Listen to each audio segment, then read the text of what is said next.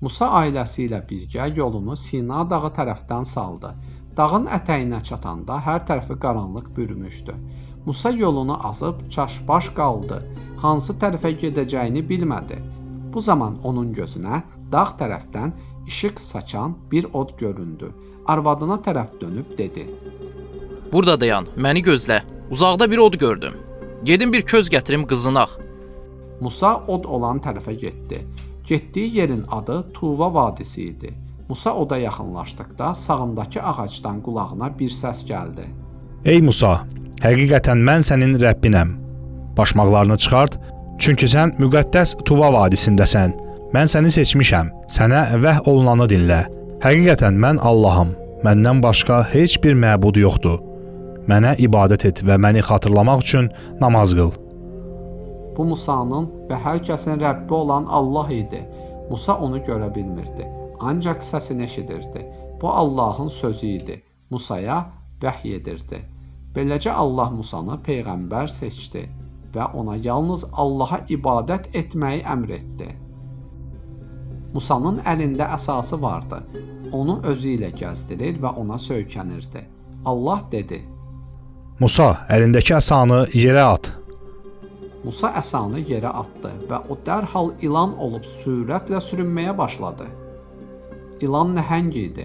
Musa ilanı görən kimi vahimələndi. Allah buyurdu: Götür onu, qorxma. O əvvəlki halına qayıdacaq. Musa onu tutan kimi əsa əvvəlki vəziyyətinə qayıtdı. Beləcə Rəbbi Musaya əsanı möcüzə olaraq verdi. Artıq Musa əsanı hər dəfə yerə atanda o ilana çevriləcəkdi.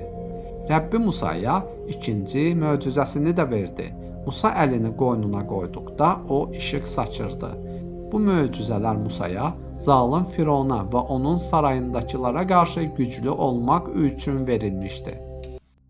Firon hələ də insanlara zülm edirdi.